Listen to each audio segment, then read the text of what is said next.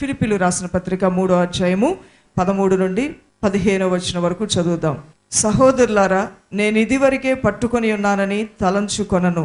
అయితే ఒకటి చేయుచున్నాను, వెనుక ఉన్నవి మరచి ముందున్న వాటి కొరకే వేగిరపడుచు క్రీస్తు యేసునందు దేవుని ఉన్నతమైన పిలుపునకు కలుగు బహుమానమును పొందవలనని గురి యొద్దకే పరిగెత్తుచున్నాను. ఈ వాక్యంలోంచి మనం గమనిస్తే, వెనుకున్న వాటిని మరచి గత కాలంలో ఉన్న వైఫల్యాల్లో నుంచి కొన్ని విషయాలు నేర్చుకోవాలే తప్ప ఆ అపజయాలతోనే నూతన సంవత్సరంలో కూడా ప్రవేశిస్తూ బాధపడటం అనేది అజ్ఞానం అవుతుంది. కొత్త బట్టల పైన పాత బట్టలు వేసుకుంటే కొత్త వస్త్రాల యొక్క విలువేంటో ఎవరికి అర్థం కాదనమాట. జరిగిపోయినటువంటి విచారములు, జరిగిపోయిన కార్యములు, వైఫల్యాలు అన్నీ నీతో పట్టుకొని నూతన సంవత్సరంలో ప్రవేశించవద్దు. అపోస్తలుడైన పౌలు కూడా అంటున్నాడు, జరిగిపోయిన వాటిని నేను మరిచి ముందున్న వాటి కొరకు వేగురుపడుచు క్రీస్తు యేసునందు బహుమానం పొందటానికి గురి యొద్దకే పరిగెత్తుచున్నాను. మీరు కూడా ఒక గురి కలిగి ఉండండి, ఆత్మీయమైన గురి కలిగి ఉండండి, ఆర్థిక విషయాల్లో గురి కలిగి ఉండండి, సంబంధ బాంధవ్యాలని డెవలప్ చేసుకునే విషయంలో ఒక గురి కలిగి ఉండండి. పోయిన సంవత్సరంలో నీకు నీ కుటుంబస్తులకి మంచిగా మాట తీరు సరిగా లేదేమో, స్నేహభావం సరిగా లేదేమో, సంబంధ బాంధవ్యాలు సరిగా లేవేమో. అలానే ఈ సంవత్సరం ఉంటుంది. 10 సంవత్సరాల నుంచి మారని నా కుటుంబ స్థితి ఈ సంవత్సరం మారుతుందా? మారదులే అని అనుకున్నావు కాబట్టి నీ జీవితంలో మార్పు రాలేదు. ఈ క్షణం నువ్వు నమ్ము, ఈ సంవత్సరం క్రొత్తగా నూతనంగా ఉండబోతుంది యేసునామములో. ఆ విశ్వాసం నువ్వు కలిగి ఉండు.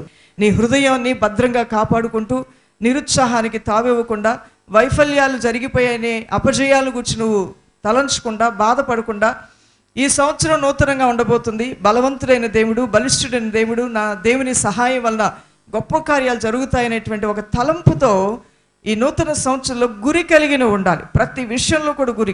24 గంటల సమయంలో ఉదయం లేచింది మొదలుకొని సాయంకాలం వరకు నేను ఏం పనులు చేస్తున్నాను, అసలు ఏం చేయలేకపోతున్నాను, కేవలం 3-4 విషయాలకు మాత్రమే రోజంతా వాడుతున్నారంటే నిజంగా మీరు 10 సంవత్సరాలు వెనకబడి ఉన్నటువంటి వారే. సమయాన్ని సద్వినియోగపరుచుకునేవాడే జ్ఞాని అంటున్నాడు దేవుడు. సమయం ఎలా వాడుకున్నాడు? ఒక్కొక్క నిమిషం ఒక్కొక్క వజ్రంతో సమానం. 1 గంట సమయం ఉందంటే దాన్ని వేస్ట్ చేయొద్దు. కొందరికి ఒక రోజు అసలు ఒక లెక్కలోకే రాదు. సమయాన్ని ఎలా వాడుకోవాలో తెలియని వారు అజ్ఞానులు అంటున్నాడు దేవుడు. నా ప్రజలకు వారి సమయాన్ని, వారి దినములను లెక్కించే జ్ఞానం వారికి లేదు కాబట్టే వారు నన్ను సంతోషపరచలేకపోతున్నారు, వారి బ్రతుకుల్లో వారు పైకి రాలేకపోతున్నారు అనేది దేవుని యొక్క ఆత్మ పరితాపం. దైవజనమా, ఈ సంవత్సరంలో సమయం విషయంలో కూడా ఒక సిద్ధపాటు కలిగి ఉండు. సమయం విషయంలో ఒక గురి కలిగి ఉండు. నీ జీవితం నీకు బరువుగా, భారంగా ఉండదు. 10 మందికి చేయూతనిచ్చే రీతిగా దేవుడు నీలో ఉండి తన కార్యాలు చేయటం ప్రారంభిస్తారు. అందువల్లనే నూతన సంవత్సరంలో న్యూ కమిట్మెంట్స్ తీసుకోవాలి.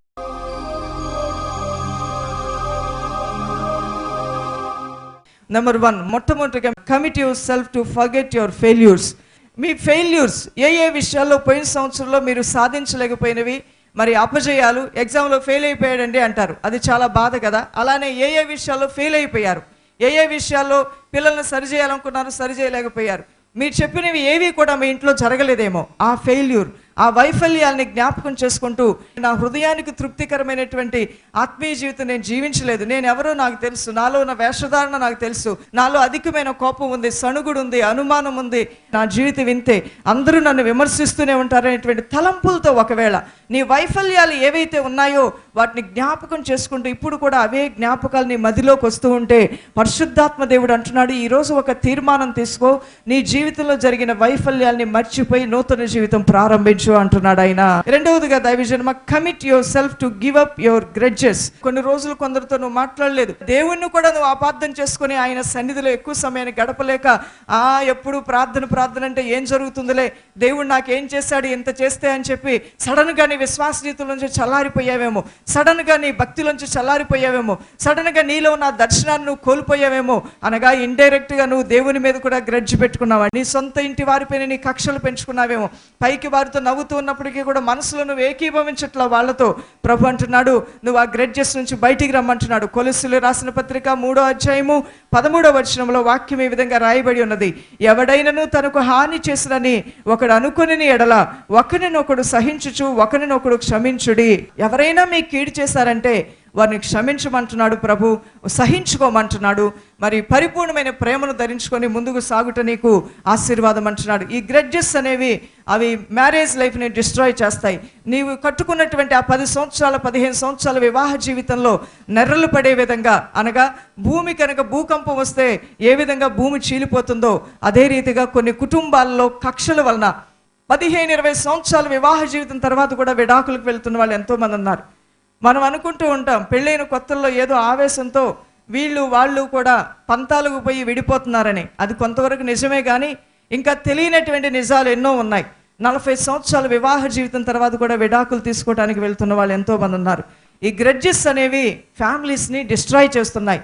నీ హృదయంలో కక్షలు నువ్వు పెట్టుకుంటే దానివల్ల ఏంటి వచ్చే ప్రయోజనం? ఒకటి ఆలోచన చేయాలి. కత్తి ఎత్తువాడు కత్తి చేతనే నశించిపోతాడు అన్నట్లుగా ఈ లోకం ఈ విధంగా పాడైపోవటానికి గల కారణంలో ఇది కూడా ఒక కారణం. దైవజనమా, గ్రెడ్జెస్ ర్యూన్ ఫ్రెండ్షిప్, మంచి స్నేహభావాన్ని కూడా చెడగొట్టేదే ఈ కక్షలు అనేవి కూడా. ఈ కక్షలు అనేవి మనసులో పెట్టుకున్నప్పుడు ఐక్యతను చెడగొడుతూ ఉంటాయి.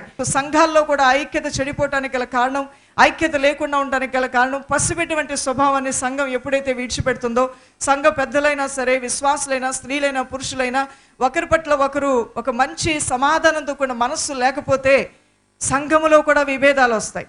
ఐక్యతతో కూర్చొని ఆరాధించడానికి మనస్సు రాదు. ఎక్కడ ఐక్యత ఉండదో అక్కడ దెయ్యాలు వస్తాయి. ఎక్కడ ఐక్యత ఉంటుందో అక్కడ ఆశీర్వాదము, శాశ్వతమైన జీవం ఉంటుంది. ఆయన ప్రత్యక్షత మీరు చూడగలుగుతారు, ఆయన బాహువుని మీరు చూడగలుగుతారు. నా ప్రార్థన మీ కుటుంబాల్లో కానివ్వండి, మీరు వెళ్ళిన చోట కానివ్వండి, మీరు వచ్చిన సంఘంలో కానివ్వండి, క్రీస్తు యేసు యొక్క సమాధానాన్ని మీరు మోసుకొని వచ్చుదురుగాక. రోమా 12:18 శక్యమైతే మీ చేతనంత మట్టుకు సమస్త మనుషులతో సమాధానం కలిగి ఉండాలి. శక్యమైతే, సాధ్యమైతే అందరితో కూడా సమాధానం కలిగి ఉండాలి. నీ స్నేహితులతోనూ, నీ బంధువులతోనూ, నీ ఇంటి వారితోనూ, నీ పిల్లలతోనూ, నీ సంఘ కాపురితోనూ, తోటి విశ్వాసులతో కూడా సమాధానం కలిగిన వారితో పాటు దేవుడు నడవబోతున్నాడు. ఇది కూడా నీ జీవితంలో కమిట్మెంట్ చేసుకోవాలి. మూడవదిగా నువ్వు తీసుకోవాల్సిన తీర్మానం, commit yourself to restore your relationship. చూడండి, దైవవాక్యంలో రాయబడి ఉంది, రోమా 12:18 నీ రిలేషన్షిప్ అనేది నువ్వు రిస్టోర్ చేసుకోమన్నాడు. పోయిన సంవత్సరంలో ఆ సంబంధ బాంధవ్యాలు నువ్వు కోల్పోయావేమో, ఈ సంవత్సరంలో ఆ కోల్పోయిన సంబంధ బాంధవ్యాలని పునరావృతం చేసుకో. పోయిన సంవత్సరంలో నువ్వు 5-6 నెలలు ఒక వ్యక్తికి ఫోన్ చేసి మాట్లాడలేదు. ఈ సంవత్సరం ఈ రోజే ఫోన్ చేసి బాగున్నారండి అను. మరలా మీ ఇద్దరి మధ్యలో తెగిపోయిన తాడు ముడికి పడతాడు దేవుడు. 3 పేటల తాడు ఏమైపోదండి? తెగిపోదన్నట్లుగా మరలా మీ ఇద్దరి మధ్యలో ఉన్న బంధము స్థిరపరచబడుతుంది. దావీదు ఎప్పుడైతే పాపం చేశాడో ఆ పాపం చేయటం వలన దేవునికి దావీదికి ఉన్న బంధము పూర్తిగా తెగిపోయింది. అప్పుడు ఏడుస్తున్నాడు. అసలైన దుఃఖం అంటే ఏంటో అప్పుడే దావీదుకు వచ్చింది.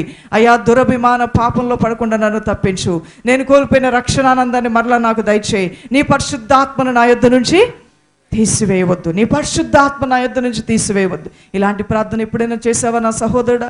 అసలు నీకు అర్థమవుతుందా దేవునికి నీకు ఉన్న ఆ బంధము దూరం అయిపోతుందని? దైవస్వరం వినకుండాను చాలా దూరం తప్పిపోయిన కుమారుడు వల్లే వెళ్ళిపోయావా? నీకు ఎప్పుడైనా అర్థమైందా? అర్థమైన తర్వాత ఎప్పుడైనా తప్పిపోయిన కుమారుడు తండ్రి యొద్దకు వచ్చినట్లుగా యేసు పాద సన్నిధికి వచ్చావా? అగస్టిన్ అనేటువంటి పాపాత్ముడికి అర్థమైందంట ఒకానొక సమయంలో. తల్లి ఎన్ని మార్లు ఏడ్చి ప్రార్థన చేసినా మారినటువంటి వాడు, తాగుబోతుగా తిరుగుబోతుగా ఉన్నటువంటి వాడు, దుర్మార్గ స్వభావం కలిగిన వాడికి ఒక రోజున అర్థమైపోయింది తల్లిని కోల్పోవటంలో ఉన్న నష్టం ఏంటో, ఆ దేవుణ్ణి కోల్పోవటంలో ఉన్న నష్టం ఏంటో తెలుసుకున్నటువంటి ఆ వ్యక్తి ఇక ఆ పాపపు స్థితిలో లేకుండా దైవ మందిరంలోనికి పరిగెత్తుకొని వచ్చి ఏడ్చాడంట. అయ్యా, ఇదిగో పాత అగస్టిన్ ఇక్కడ నేను సమాధి చేస్తున్నాను, ఇక నేను బయటికి వెళ్ళే అగస్టిను రోత పాత అగస్టిన్గా ఉండకూడదు, పరిశుద్ధుడైన అగస్టిన్గా ఉండాలి. హల్లెలూయా, పరిశుద్ధుడైన అగస్టిన్గా ఉండాలి నాయనా అని ప్రార్థన చేసుకొని ఏడ్చి, నీకు నాకు మధ్యలో ఉన్న ఈ సంబంధ బాంధవులు తెగిపోయిన దాన్ని మరలా ఐక్యపరచయ్యా, రిస్టోర్ మై రిలేషన్షిప్, మరలా నా యొక్క సంబంధ బాంధవ్యాలు నీతో పునరావృతం చేయి నాయనా అని ఏడ్చి ప్రార్థన చేయగా పరిశుద్ధాత్మ అగ్ని జ్వాలవలే అగస్టిన్ పైకి దిగిరాగా ఆయనలో ఉన్నటువంటి పాప జీవితం మీద అసహ్యం పుట్టినది. నూతన వ్యక్తిగా వెళ్తున్నాడు గుర్రమెక్కి. ఆయన గుర్రమెక్కి వీధుల్లో ప్రయాణం చేసి నడుస్తూ ఉండగా వేశ్యలు ఉండేటువంటి స్థలంలో ఎప్పుడు తిరిగేవాడేమో అదే రోడ్లోంచి వెళ్తూ ఉన్నప్పుడు ఒక వేశ్య పైనుంచి పిలుస్తూ ఉన్నదంటే, అగస్టిన్ నీ ప్రియురాలు ఇక్కడ ఉన్నది, ఒక్కసారి రా పైకి చూడు అంటే ఆయన చూడట్లేదు. ఒకవేళ వినపడట్లేదేమోనని ఆమె చేతిలో ఉన్న పూలమాల ఇసిరివేస్తే అది వెళ్ళి అగస్టిన్ మెడలో పడితే దాన్ని తెంపివేశాడంట. వెనక్కి తిరిగి చూడకుండా నీవు అనుకున్న అగస్టిన్ చర్చి గదిలో చనిపోయాడు. బ్రతుకున్న అగస్టిన్ ఇప్పుడు యేసు కొరకు మాత్రమే ఈ అగస్టిన్ బ్రతుకుతాడు అని తన జీవితాన్ని దేవుని సమర్పించుకొని పరిశుద్ధుడైన అగస్టిన్గా భక్తి జీవితం జీవించాడు. అలానే దేవుని బిడ్డలారా, దేవునికి నీకు మధ్యలో ఆ బంధము తెగిపోయిందేమో, దూరమైందేమో, దాన్ని మరలా ఐక్యపరచుకోవడానికి అవకాశం ఉంది. నీకు చచ్చిపోయిన తర్వాత అవకాశం ఉండదు. నువ్వు బ్రతికున్న వ్యక్తివి, నువ్వు చనిపోయిన వ్యక్తివి కాదు. చనిపోయిన వ్యక్తులు ఏమీ చేయలేరు. ఇక భూ సంబంధమైన వాడితో వారికి ఏ సంబంధము లేదు. జీవించి ఉన్న నీవు ఏదైనా సాధించగలవు, ఏదైనా చేయగలవు యేసు నామములో. 4వదిగా దైవజనమా, commit yourself to turn your back on your sins. అంటే పాపపు స్థితి నుంచి ఇక నువ్వు తిరగమంటున్నాడు దేవుడు. ఏ పాపము నువ్వు చేసావో, పాపములో మగ్గిపోయావు పోయిన సంవత్సరం అంతా. చిన్న చిన్న పాపాలే కదా అనుకున్నావు, అవే నీ కాళ్ళకు చుట్టుకొని నీ ఆత్మీయ జీవితాన్ని బద్దలు చేశాయి. చాలా మంది జీవితాల్లో గొప్ప పాపాలు కాదు, వారి ఆత్మ జీవితాన్ని చల్లారుస్తున్నవి చిన్న చిన్న పాపాలే. ఆ పాపాలను అపోస్తలుడైన పౌలు అన్నాడు చిక్కులు పెట్టేవి. చిన్న తల వెంట్రుక పెద్ద కోడి కాళ్ళకు చుడితే అది నడవగలదా? నడవలేదు. కానీ అది కంటికి కనపడిన సన్నగా ఉన్నటువంటి చిన్న ఎంట్రుకే అయినప్పటికీ ఒక్క అడుగు కూడా కోడిని ముందుకి వెయ్యనివ్వదు. అది ఎంత దీనస్థితి! అది చిన్న ఎంట్రుకైతే ఏంటి, పెద్ద ఎంట్రుకైతే ఏంటి, మొత్తాన్ని చుట్టుకుంది, ముందుకు వెళ్ళలేకపోతుంది. చిక్కులు పెట్టే చిన్న చిన్న పాపాలు నీలో ఉన్న సంతోషాన్ని దొంగిలించాయి, నీలో ఉన్న ఆత్మీయ జీవితాన్ని దొంగిలించి వేశాయి, నీలో ఉన్న దర్శనాన్ని దొంగిలించి వేశాయి, నీలో ఉన్న మంచి మనస్సాక్షిని దొంగిలించి వేశాయి, నీలో ఉన్నటువంటి మంచి మాటలు కోల్పోయే విధంగా చేశాయి. ఇప్పుడు నువ్వేం మాట్లాడుతున్నావో నీకు అర్థం కాని పరిస్థితిగా ఉన్నదేమో. సర్వశక్తి గల దేవుడు అంటున్నాడు, ఆ చిక్కులు పెట్టిన ఆ చిన్న చిన్న పాపాల విషయంలో కూడా నిన్ను కరెక్ట్ చేసుకో. భూతద్దంలో పెట్టి చూస్తే చిన్న చిన్నవి కూడా కనబడతాయి. అలానే వాక్యపు వెలుగులో నిన్ను పరీక్షించుకుంటే నీ జీవితంలో ఉన్న బలహీనతలేంటో కూడా నువ్వు అర్థం చేసుకోవాలంటున్నాడు. అర్థం చేసుకొని వాటిని విడిచిపెడితే ఈ సంవత్సరం నీ జీవితంలో గొప్ప విజయాలను సాధించబోతున్నావు, చూడబోతున్నావు. హల్లెలూయా. రోమా 6వ అధ్యాయము వాక్యం ఈ విధంగా రాయబడి ఉన్నది, పాపము విషయమై చనిపోయిన మనము ఇక మీదట ఎలాగూ దానిలో జీవించదము. యేసు నమ్మిన మీలో పాపం ఏలుబడి చేయడానికి అవకాశము లేదు, చేయకూడదు కూడా. మీలో పరిశుద్ధమైన దేవుని యొక్క కార్యాలే జరగాలి. అపోస్తలుడైన పౌలు అంటున్నాడు, పాపము విషయమై చనిపోయిన మనము ఇక మీదట ఎలాగో దానిలో జీవిస్తున్నావు ఆ పాపపు అంధకారంలో. అంటే నువ్వు ఇంకా లోకక్రియలనే ప్రేమిస్తున్నావు. శరీర సంబంధమైనటువంటి జీవితానికి నువ్వు స్వస్తి చెప్పలేదు. ఆత్మానుసారంగా జీవించేవారు శరీర క్రియలు లయపరచగలుగుతారు. ఆ విషయంలో నువ్వు విక్టోరియస్ లైఫ్ లేదు. నువ్వు సంపాదిస్తున్నావు నెలకు 30,000 40,000, అయితే నీ శరీర క్రియల్ని నువ్వు జయించలేదు. నీ చూపుని, నీ మాటను, నీ క్రియలను, నీ పద్ధతులను మార్చుకోవాలా. పాపము నీ మీద రూల్ చేస్తూనే ఉంటుంది. పాపము బంధకాల్లో ఉన్నంత కాలము కూడా నువ్వు లోకంలో ఎన్ని విజయాలు సాధించినా దేవుని దృష్టిలో నువ్వు జయము సాధించినట్లే. సాతాను దృష్టిలో నువ్వు ఓడిపోయిన వ్యక్తివే. పాపము నిన్ను పాతాళానికి లాగివేస్తుంది. నీ అందచందాలు కానీ, నీ పేరు ఖ్యాతి కానీ, నీ గొప్పతనం కానీ, నీ ఆరోగ్యం కానీ ఏది కూడా పాపం లెక్క చేయదు. పాపము ఎవరిలో ఉంటుందో పాతాళము ఆకర్షించి వేస్తుంది. పరిశుద్ధత ఎవరిలో ఉంటుందో పరలోకం వారిని ఆకర్షిస్తుంది. ఎవరి వైపు మీరు ఆకర్షింపబడాలని ఆశపడుతున్నారు? పరలోకం వైపా, పాతాళం వైపా? పరలోకం వైపు ఆకర్షించబడాలంటే పాపానికి స్వస్తి చెప్పాలి. నీ హృదయంలో పాపము ఏలుబడి లేకుండా ఆ చిక్కులు పెట్టే చిన్న చిన్న పాపాలను కూడా తీసివేసుకొని క్రీస్తు యేసులో నువ్వు మంచి తీర్మానాలు తీసుకుని ముందుకు సాగితే దేవుని బిడ్డ నీ కొరకు ఈ సంవత్సరం 5 వాగ్దానములు ప్రభు సిద్ధపరిచి ఉంచాడు. అవన్నీ నువ్వు స్వతంత్రించుకోబోతున్నావు. చప్పలు కొడుతూ దేవుని మహిమ చెల్లిద్దాం. మొదటిగా యెషయా గ్రంథం 60వ అధ్యాయం 20వ వచనము మొదటి వాగ్దానం, నీ దుఃఖ దినములు సమాప్తమవుతాయి అంటున్నాడు. నీకు ఏ విషయంలో దుఃఖం ఉందో అదంతా సంతోషంగా మారబోతుంది. ఇక్కడ మనం చూస్తే 37వ కీర్తన 23వ వచనంలో ఆయన అంటూ ఉన్నాడు, మీ నడతలను నేను స్థిరపరుస్తాను, మీ ఆలోచనలు నేను స్థిరపరుస్తాను, ఇదిగో మిమ్మల్ని నేను ఎడబాయకుండా మీకు తోడుగా ఉంటాను, మీ దుఃఖ దినములు నేను సమాప్తం చేస్తాను అంటున్నారు. రెండవ వాగ్దానం దైవజనమా, యెషయా గ్రంథం 45వ అధ్యాయము 2వ వచనం, నేను నీకు ముందుగా పోవచ్చు, మెట్టగానున్న స్థలములను సరళము చేసేదను, ఇత్తడి తలుపులను పగలగొట్టేదను, ఇనుప గడియలను విరగొడతాను అంటున్నాడు. నువ్వు నమ్మిన దేవుడిని ముందు నడుస్తానంటున్నాడు. తల్లి లేదు, తండ్రి లేదు, మేము బీదలము, దీనులము, అప్పులు పాలైపోయాం, మా బంధువులు మమ్మల్ని వదిలేశారు, మా స్థితిగతుల గురించి ఎవరు పట్టించుకునే వాళ్ళు లేరు, మేము ఒంటరి వారి అయిపోయామని బాధపడుతున్నావేమో. ఇంకెవరున్నా లేకపోయినా నీ ముందు నీ దేవుడు నడవబోతున్నాడు. ఆయన నడుస్తాడు. నీ ముందున్నటువంటి మెట్టగానున్న ప్రతి మార్గమును ఆయన సరళం చేస్తానంటున్నాడమ్మా. ఆయన ఇత్తడి ఇనప గడియలు ఏవైతే ఉన్నాయో బ్రద్దలు చేస్తానంటున్నాడు. అదే నీ దేవుడు ఓపెన్ చేయబోతున్నాడు యేసు నామములో. నీ వల్ల కాంతి నీ దేవుడికి చాలా అల్పమైంది, స్వల్పమైనది. నీ దృష్టికి అది గొప్పదేమో కానీ, నీ దృష్టికి అది కఠినమైందేమో కానీ, నీ దృష్టికి అది కష్టమైందేమో కానీ, నీ దృష్టికి అది జయించలేందేమో కానీ ఇది నా వల్ల కాదు, ఇది ఎవరి వల్ల కాదు అంటున్నావు. ఒక మాట అనుకో, దేవుడు దిగొచ్చిన అవ్వదనే మాట అన్నావంటే అన్ని డోర్లు క్లోజ్ అయిపోతాయి. దేవుడు దిగొస్తే అవుతాయా? అన్ని నిశ్చయముగా అవుతాయి. రెండో వాగ్దానం ప్రభు అంటున్నాడు, నేను నీకు ముందుగా నడుస్తూ మెట్టగా ఉన్న మార్గంలో నీ కొరకు సరళం చేస్తానంటున్నాడు. 139 కీర్తన 11వ వచనంలో, అంధకారం నన్ను మరుగు చేయును, నాకు కలుగు వెలుగు రాత్రి వలె ఉండునని నేను అనుకుని ఎడల చీకటి అయినను నాకు చీకటి కాకపోవును. అంధకారం నిన్ను మరుగు చేస్తుందని నువ్వు అనుకుంటున్నావు. నీకున్న సోదరులు సమస్యలు నిన్ను మరుగుపరుస్తాయి. ఇక నా వల్ల కాదు ఈ జీవితాన్ని ఎదుర్కోవటం, ఇక నా బ్రతికెందుకని నీ హృదయంలో నువ్వు నీరసించిపోతున్నావేమో. దేవుని బిడ్డ, నీ ముందున్న చీకటి నీకు చీకటిగా ఉండదు, వెలుగుగా ఉండబోతుంది యేసునామములో. ఆయన కార్యాలను చూస్తావు. రాత్రి పగటి వలె ఉంటుంది, నీకు వెలుగుగా ఉండను. అసలు అది నిజమేనా? చీకటి వెలుగు ఒకేలా ఉంటుందా? చీకటి చీకటే, వెలుగు వెలుగే. చీకటిలో ఏ పనులు చేసుకోవడానికి అవ్వదు. కానీ నీకు ప్రతికూల పరిస్థితుల్లో, చేయలేని పరిస్థితుల్లో కూడా అన్నీ నువ్వు చేయగలవు యేసునామములో. చీకటి వెలుగు ఒకటిగానే ఉండబోతుంది, పగలుగా ఉండబోతుంది యేసునామములో. దైవజనమ 3వ వాగ్దానం, ఫిలిప్పీయులకు రాసిన పత్రిక 4వ అధ్యాయము 19వ వచనం. కాగా దేవుడు తన ఐశ్వర్యం చొప్పున క్రీస్తు యేసునందు మహిమలో మీ ప్రతి అవసరము తీరుస్తానని. God is great provider. ఆయన మీకు కావలసినటువంటి ప్రతి అవసరతను, అక్కర్ను కూడా ఆయన తీరుస్తాడు. ఒక భక్తుడు ఈ కొటేషన్ చెప్పాడు, no matter what the need is not greater than God. నాకున్నటువంటి అవసరత ఎంత గొప్పది అనేది నేను పట్టించుకోను. నా అవసరత కన్నా నా దేవుడు గొప్పవాడు. మన అవసరత కన్నా మనం నమ్మిన దేవుడు గొప్పవాడు. ఆయన అన్నిటి కూడా చేయగలడు, శక్తిమంతుడు. 4వ వాగ్దానం, యెషయా గ్రంథం 45వ అధ్యాయం 3వ వచనం. పేరు పెట్టి నిన్ను పిలిచిన ఇజ్రాయేల్ దేవుడైన యెహోవాను నేనే అని నీవు తెలుసుకున్నట్లు అంధకార స్థలముల్లో ఉంచబడిన నిధులను, రహస్య స్థలముల్లోని మరుగైన ధనమును నీకు ఇచ్చేదును అంటున్నాడు. నీ దేవుడే నీకు భూషణముగా ఉంటానంటున్నాడు, నిత్యమైన వెలుగుగా ఉంటానంటున్నాడు. అంధకార స్థలముల్లో ఉంచబడిన నిధులను, రహస్య స్థలంలో మరుగైన ధనం, ఇంతకాలము నువ్వు పడినటువంటి బాధ, వేదన, దరిద్రత అంతా తీసివేయబడబోతుంది యేసునామములో. నీ పాత్రలన్నీ కూడా పలు విధములైనటువంటి ద్రవ్యములతో నింపబడబోతున్నాయి. నీ కష్టము చిల్లు చెంచులో పడినట్లుగా ఉండదు.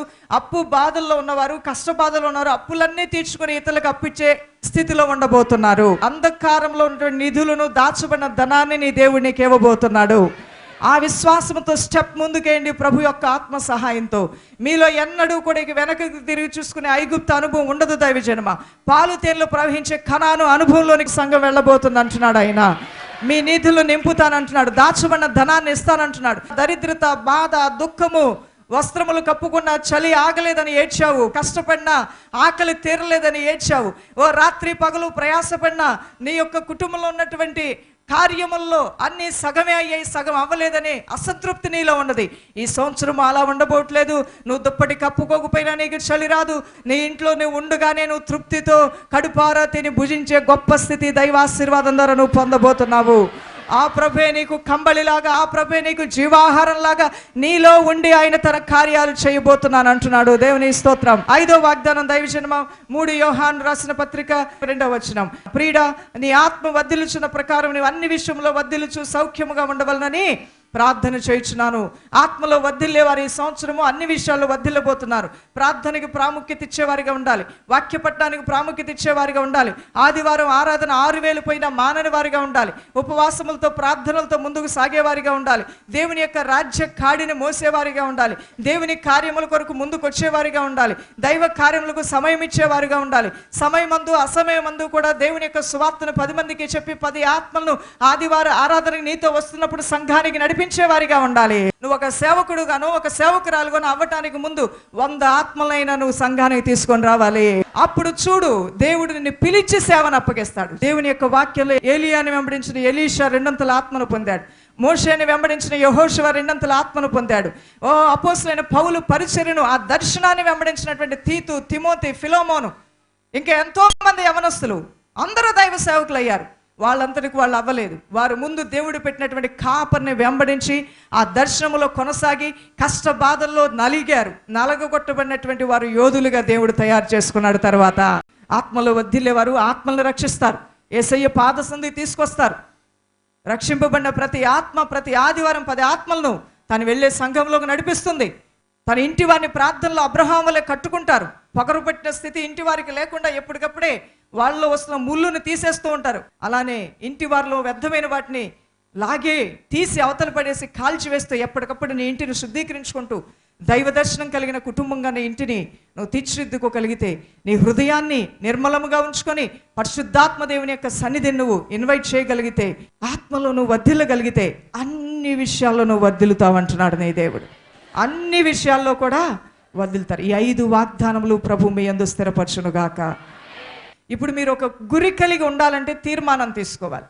తీర్మానం తీసుకోకుండా గురి కలిగి పరిగెత్తాలంటే అయ్యే పని కాదు. ఒకటి చెయ్యాలి అని మనసులోకి వచ్చాకనే ఆ వ్యక్తి చేయగలుగుతాడు. ఈ సంవత్సరం నువ్వు గురి యొద్దకు పరిగెత్తి ఆ యేసు రాజు యొద్ద నుంచి బహుమానం నువ్వు పొందాలంటే తీర్మానము తప్పకుండా నువ్వు తీసుకోవాలి. తీర్మానం తీసుకుంటేనే గురి యొద్దకు పరిగెత్తగలవు. గురి యొద్దకు పరిగెత్తితేనే బహుమానం పొందగలవు. ఆమేన్. అందరూ మోకరించి ప్రార్థన చేద్దాం. దైవజనమా, మహాపరిశుద్ధుడైన నా ప్రియ తండ్రి, సర్వశక్తిమంతుడా, అయా ఈ నూతన సంవత్సరంలో వెనుకున్న వాటిని మర్చి ముందున్న వాటి కొరకు వేగిరముతో పరిగెత్తండి. బహుమానం పొందినట్లుగా గురి యొద్దకే పరిగెత్తమన్నావు. గురి యొద్దకే పరిగెత్తుడికే కృప దయచేయండి, ఆశీర్వదించండి, అద్భుతాలు చేయండి. నీ నామానికి మహిమ తెచ్చుకోండి ఆయన. ప్రతి ఒక్కరూ వెనుకున్న వాటిని మనిషి ముందున్న వాటి కొరకు వేగిరంతో పరిగెత్తుతూ పాత జీవితంలో ఎలా ఉన్నారో అలానే బ్రతక, అలానే జీవించక, అలానే తలంచక నూతనమైన తలంపులతో, నూతన ఆలోచనలతో, నూతన జ్ఞానంతో, నూతన నిర్ణయాలతో, మేలుకరమైన నిర్ణయాలతో ముందుకు సాగుటకు సహాయం దయచేయండి. నీ మహోపకారములతో నీ ప్రియులను తృప్తిపరచండి. విత్తబడిన ప్రతి వాక్యము, శ్రేష్టమైన ప్రతి కార్యము నీ బిడ్డల్లో జరిగించండి, స్థిరపరచమని యేసు నామములో అడుగుచున్నాం మా ప్రియ తండ్రి. ఆమేన్. హల్లెలూయా.